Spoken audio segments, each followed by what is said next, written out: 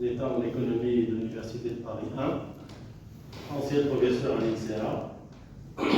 Ses travaux portent sur l'immigration internationale, les dynamiques socio-économiques du développement.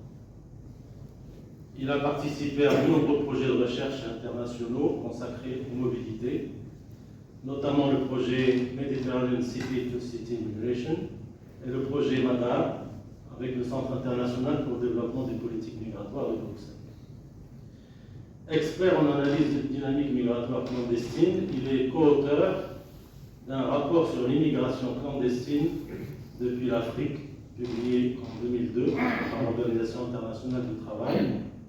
Il a coordonné un programme pour les rapatriés intitulé « Revenir à de nouvelles opportunités au Maroc » 2018-2020. Et il est membre du bureau de l'Association Migration Internationale et du groupe Migration mondiale de la Fondation pour les études progressives européennes. Je ne cite que les pistes d'intérêt de Mehdi concernant l'immigration et la démographie en général. Il est également engagé dans la société civile, notamment en matière de gestion durable de l'eau. Aujourd'hui, il nous propose de traiter un sujet stratégique pour l'avenir de notre pays, la mobilisation des compétences marocaines établies à l'étranger. Comme vous le savez, le Maroc est aujourd'hui l'un des pays qui dispose d'une diaspora parmi les plus importantes et les plus diversifiées, réparties sur plus d'une centaine de pays. Il faut noter qu'au fil du temps, on a donné plusieurs termes à cette diaspora. Travailleurs immigrés, résidents marocains à l'étranger, les Marocains résidant à l'étranger, ou communautés marocaines à l'étranger, et plus récemment, on parle des Marocains du monde.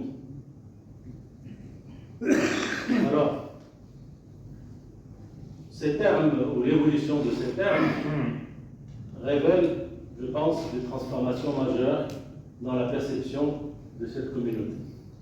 On passe du travailleur exporté aux citoyens marocains du monde, porteurs de droits, d'identité et de compétences. On passe d'une logique d'encadrement dans les années 70-80 à une logique de mobilisation des compétences des années 2000-2020. Aujourd'hui, on est passé à la diaspora stratégique. L'enjeu n'est plus la migration en elle-même.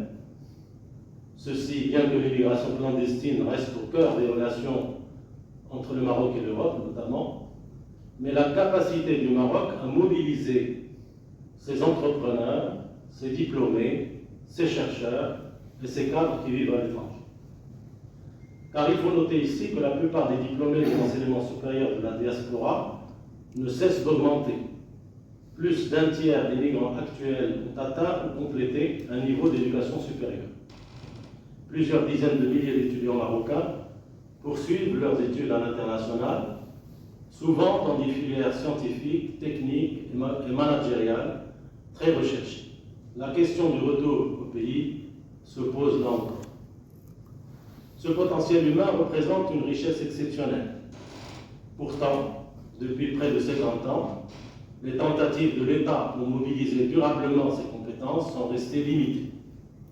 Des institutions ont été créées, des programmes de retour ou de coopération ont été annoncés, des réseaux de compétences ont été mis en place, mais sans parvenir à transformer ce capital humain en une force réellement structurante pour le développement national.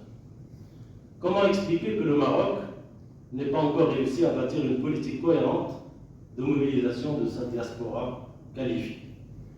Quels sont les obstacles institutionnels, économiques ou administratifs qui freinent la contribution des cadres, des chercheurs et des experts marocains à l'étranger? Et surtout, comment pouvons-nous aujourd'hui penser une stratégie plus intelligente, plus ouverte, fondée non seulement sur le retour, mais sur la circulation des compétences, la collaboration à distance, la participation aux projets structurants et aux nouveaux secteurs d'avenir? La conférence de Mehdi Helloul nous aidera, j'en suis certain, à mieux comprendre ces enjeux, à identifier les limites des approches passées et à envisager des pistes concrètes pour les prochaines années. Je vous remercie et je passe la parole à Mehdi. Merci, merci Nasser.